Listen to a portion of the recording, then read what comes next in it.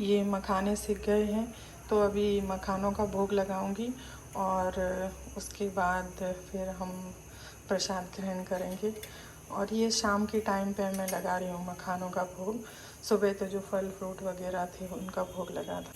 और यहाँ पर मैंने साबूदाने भिगो के रख दिए थे सुबह ही, और ये अच्छी तरह से भीग चुके हैं। ये अच्छी तरह से भीग गए। तो इनकी खिचड़ी बनानी है। अभी खिचड़ी बनाने की तैयारी चल रही है, तो उसके लिए ये मूंगफली के दाने भून रहे हैं।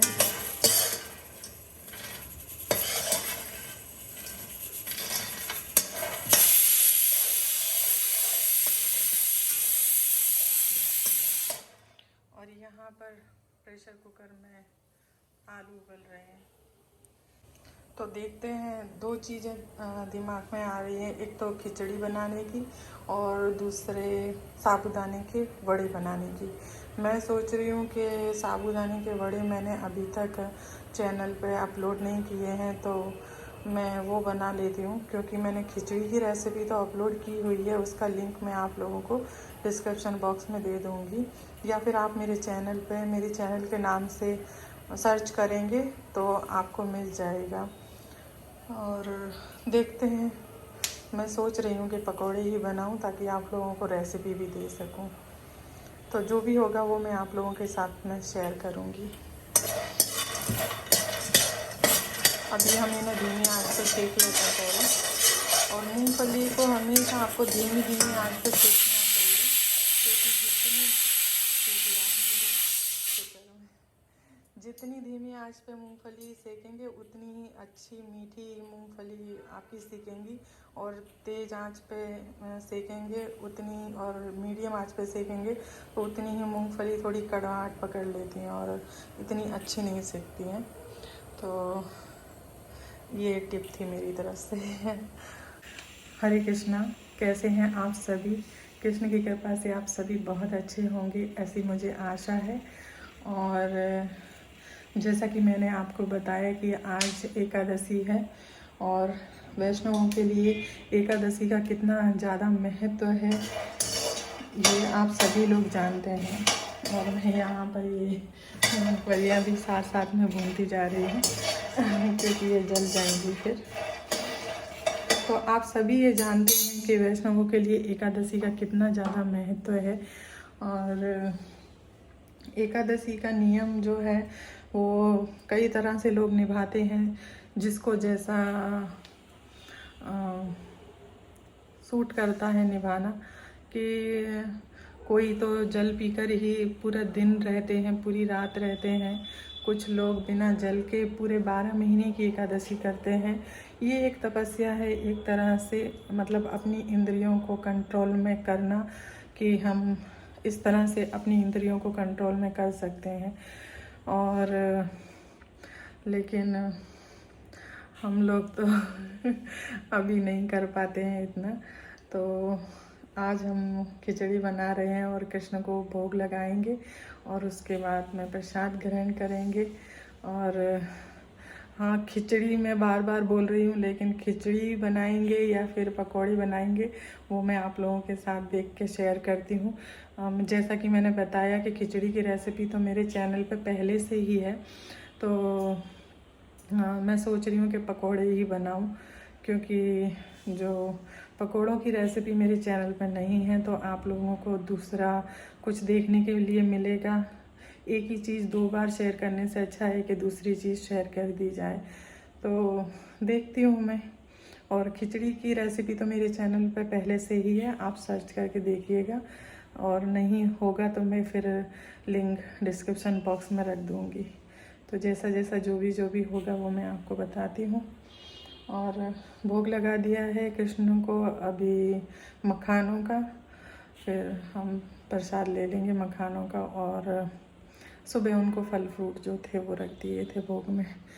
और अभी चलिए, हरे कृष्णा।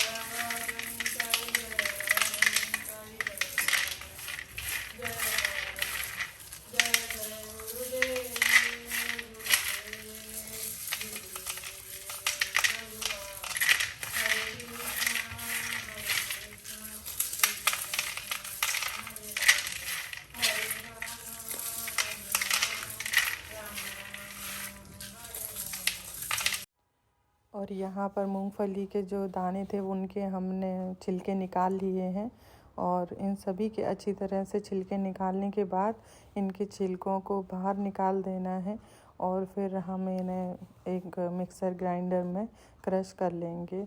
तो सभी मूंगफलियों को मैं इस छलनी में छान लूँगी। इसमें अब बहुत अच्छी तरह से इसके छिलके निकल जाते हैं। तो इन सभी को अब हमें क्रश कर लेना है और ये मैंने है ना इस तरीके से क्रश किए हैं, बिल्कुल आपको बारीक नहीं पीसना है। ये इस तरह से आपको दरदरा इसे क्रश कर लेना है। तो इसे हम साइड में रख देंगे उठा के। और साबूदाने वड़े का ही फिक्स हुआ है अब बनाने का, तो उसी की तैयारी चल रही है। सभी चीज़ें जो होती हैं एक आध चीज़ को छोड़कर वो खिचड़ी में और साबूदाने में सेम ही चाहिए होती हैं, तो कोई प्रॉब्लम नहीं होती कि उसके लिए हमें अलग से कुछ और तैयारी करनी पड़ेगी। तो यहाँ पे हरा धनिया जो है उसे मैंने छांट के अच्छी तरह से बारीक बारीक काट लूँगी मैं। और इसके अंदर हरा धनिया जो होता है वो अच्छा जाता है, तो ज़रूर डालिएगा। और इसके अंदर जो हरी मिर्ची हैं वो भी जाती हैं, तो हरी मिर्ची भी हम काट लेंगे। और ये मिर्चियाँ जो हैं वो बिल्कुल भी तीखी नहीं हैं, तो मैंने ये थोड़ी ज़्यादा ही ली है। और इन्हें भी हम काट लेंगे, जैसी आपको बड़ी छोटे साइज़ में अच्छी लगे वैसे आप इन्हें काट लो। और फिर उसके बाद में हम बड़ों की तैयारी करते हैं। और ये आलू हमने उबलने के लिए रखे थे वो मैंने छील लिए हैं और इसके अंदर जो साबूदाने भिगो के रखे थे पहले से उन्हें मिला देंगे। उसके बाद ये क्रश की हुई जो मूंगफली के दाने हैं इसे भी मिला देंगे। और ये सिंघाड़े का आटा है, तो ये भी मैंने इसके अंदर डाला है और ये मैं हमेशा डालती हूँ इसके अंदर, इससे बाइंडिंग बहुत अच्छी आती है। और हरा धनिया जो है वो धोकर और इसे भी हम इसके अंदर डाल देंगे। और हरी मिर्ची कट करके रखी थी उन्हें भी डाल देंगे। और इसके अंदर हम ये काली मिर्च का पाउडर किया हुआ रखा है उसे भी डाल देंगे। और जीरा डालेंगे, 2 बड़ी चम्मच भर के जीरा डाला। इसके अंदर जीरा बहुत अच्छा जाता है तो मैं ज़्यादा डालती हूँ। और नमक डालेंगे, फिर इन्हें अच्छी तरह से हम मिला लेंगे। और ये क्योंकि फराली नमक है इसमें गांठें बहुत पड़ जाती हैं बहुत बारीक होने की वजह से, तो हमेशा ही मुझे ये फोड़नी पड़ती हैं इस तरह से। और सभी चीज़ों को आप अच्छी तरह से मिला लीजिए। वैसे तो इसमें पानी वगैरह कुछ डालने की ज़रूरत नहीं पड़ती, जो साबूदाने के अंदर मॉइस्चर होता है और जो आलूओं का होता है मॉइस्चर उसी से ये अच्छी तरह से बंध जाता है। लेकिन अगर आपको ज़रूरत हो तो आप बिल्कुल थोड़ा थोड़ा करके डालिए। और इसको पतला कोई घोल जैसा नहीं बनाना होता है, इसको ऐसा कड़क ही रखा जाता है। और ये हमारा बैटर तैयार हो चुका है। मैं एक वड़ा बनाकर देख रही थी कि इसके बन रहे हैं या नहीं सही तरह से, तो ये बन रहे हैं अच्छे से। मैंने इसमें बिल्कुल भी पानी नहीं डाला है, जो साबूदाने का मॉइस्चर था उसी से ये बंध गया है।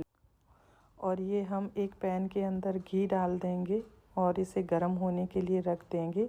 ये गर्म होगा तब तक हम बड़े बनाकर तैयार कर लेंगे। तो मैंने एक कटोरी में पानी ले लिया है, थोड़ा हाथों पे पानी लगा लिया है और इन बड़ों को हम बना लेंगे। बड़े आपको जैसे अच्छे लगते हैं छोटे बड़े उस तरह से आप बना सकते हैं। और हाथों में पानी लगाने से ये हाथों में चिपकेंगे नहीं, क्योंकि सिंघाड़े का आटा होता है वो बहुत चिपकता है हाथों में।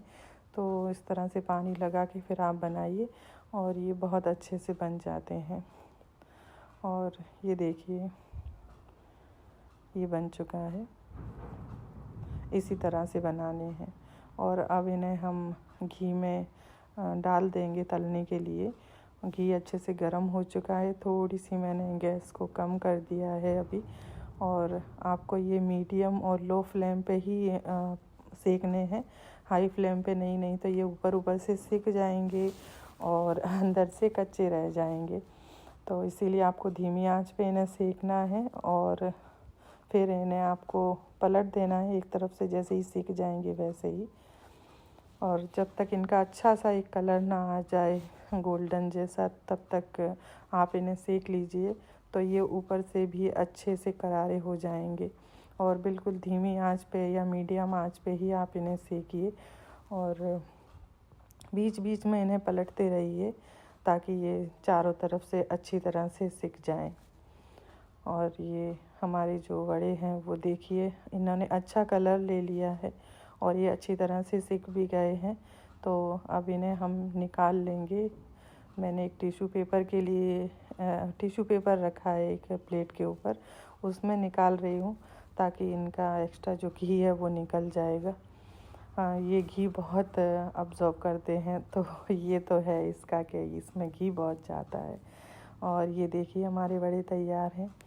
तो चलिए कृष्ण की थाली लगा लेते हैं। सबसे पहले दही रखेंगे। दही के साथ जो ये साबूदाने बड़े हैं इनका कॉम्बिनेशन बहुत अच्छा रहता है। और फिर थाली में हम बड़े अच्छी तरह से जमा देंगे, क्योंकि ठाकुर जी को भी देखने में थाली बहुत अट्रैक्टिव और सुंदर लगनी चाहिए ना, क्योंकि हम पहले आँखों से खाते हैं और फिर बाद में हम जीवा से ग्रहण करते हैं।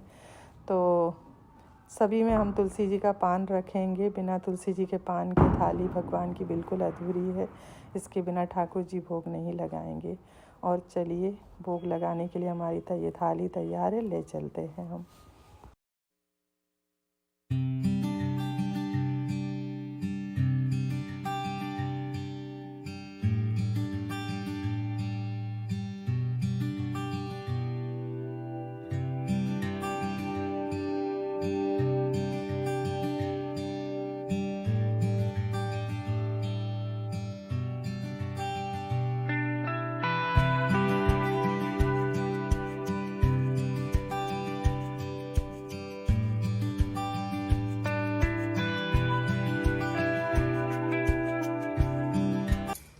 और ये एक और बैच मैंने फिर से इसे सेक के निकाल लिया है। और वो वाला जो था वो ठाकुर जी को मैंने भोग लगा दिया है। वो जब आ जाएंगे तब उनके साथ इन्हें भी हम मिला देंगे। लेकिन मुझे इसमें से आपको एक तोड़ के बताना था, तो एक मैं दिखा देती हूँ कि ये कैसे बने हैं अंदर से।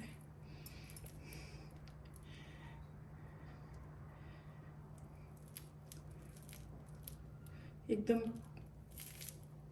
देखिए एकदम क्रिस्पी होते हैं बाहर से और अंदर से सॉफ्ट और करारे से। और एक बार ज़रूर ट्राई कीजिएगा, आपको बहुत पसंद आएंगे ये। तो चलिए ठाकुर जी को भोग लग गया, फिर प्रसाद ग्रहण कर लेते हैं। हरे कृष्णा। और आज की जो भी सेवा थी वो मैंने आप लोगों के साथ शेयर की है। एकादशी का जो उपवास के लिए हमने क्या बनाया, ठाकुर जी को क्या भोग लगाया, वो सभी। तो आज तो ये मैंने पहले सोचा था कि मुझे खिचड़ी बनानी है, और साबूदाने भी मैंने इसीलिए भिगोए थे कि मैं खिचड़ी बनाऊंगी। लेकिन फिर बाद में मुझे याद आया कि खिचड़ी की रेसिपी तो मैंने पहले से ही चैनल पे शेयर की हुई है, तो मैं वड़े बना देती हूँ ताकि आप लोगों को रेसिपी मिल जाएगी। और ठाकुर जी का भोग तो लगेगा ही सबसे पहले, तो इसीलिए। और हमारे घर में सबको बहुत पसंद भी है, खिचड़ी से ज़्यादा ये बड़ी पसंद है। लेकिन आप बनाकर देखिएगा, बहुत ही अच्छे बने थे, बहुत टेस्टी बने थे और बहुत ही स्वादिष्ट लगते हैं ये खाने में। हर बार नहीं बना सकते क्योंकि बहुत ऑयली हो जाते हैं, लेकिन कभी कभार हम बना सकते हैं। 15 दिन में एकादशी आती है तो 15 दिन में बना सकते हैं, या अगली एकादशी को 30 दिन में बना सकते हैं, लेकिन जब भी आपको अच्छे लगे। और वैसे भी कभी भी आप, ऐसा नहीं एकादशी को ही, कभी भी आप बना सकते हैं इन्हें ठाकुर जी के भोग के लिए, अगर आपकी इच्छा है कि कृष्ण को भोग लगाना है। और कैसा लगा आपको ये सब, और जो भी रूटीन है वो सब मैं कोशिश करती हूँ शेयर करने की। आपको अच्छा लगता है तो प्लीज़ लाइक, शेयर और कमेंट ज़रूर कीजिएगा, और चैनल को सब्सक्राइब कीजिएगा ताकि आपको आने वाले वीडियो मिल सकें। बेल आइकन को दबाएंगे तो सबसे पहले आपको नोटिफिकेशन मिल सकेगी वीडियो की। तो ज़रूर आप लोग कीजिएगा सब्सक्राइब, और माला कीजिए, शुरू कीजिए। एक माला से शुरू कीजिए, धीरे धीरे 2, 3, 4 पर शुरू कीजिए। एक दिन आप अवश्य ही 16 माला कर पाएंगे। और जब आप करेंगे तब आप जानेंगे कि इन 16 मालाओं का क्या महत्व है। तो आप एक से शुरू कीजिए, chant Hare Krishna and be happy. Krishna का नाम लीजिए और बहुत बहुत खुश रहिए। धन्यवाद। हरे कृष्णा।